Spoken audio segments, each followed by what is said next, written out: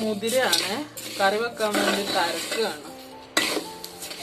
ഇന്നത്തെ കറി മുതിരയാണ്.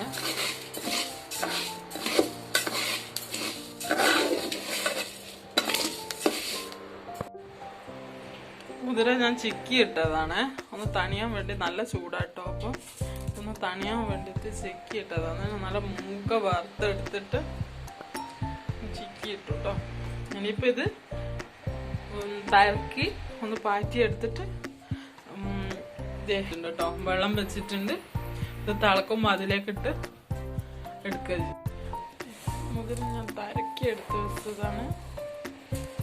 തരക്കി വെച്ചത് കേട്ടോ. ഇതിൽ നിന്ന് പകുതി ഞാൻ എടുത്തിട്ട് പകുതി ഞാൻ അടുപ്പത്താക്കി വെട്ടിട്ട് ഇളക്കുന്നു. മുതിരയാണ്. ഇനി ഇതൊന്ന് നന്നായി വെന്തിട്ട് നമ്മൾ മുളകും ഇതൊക്കെ ഇട്ടിട്ട് കറിയാക്കി എടുക്കും. അതാ ചെയ്യുക.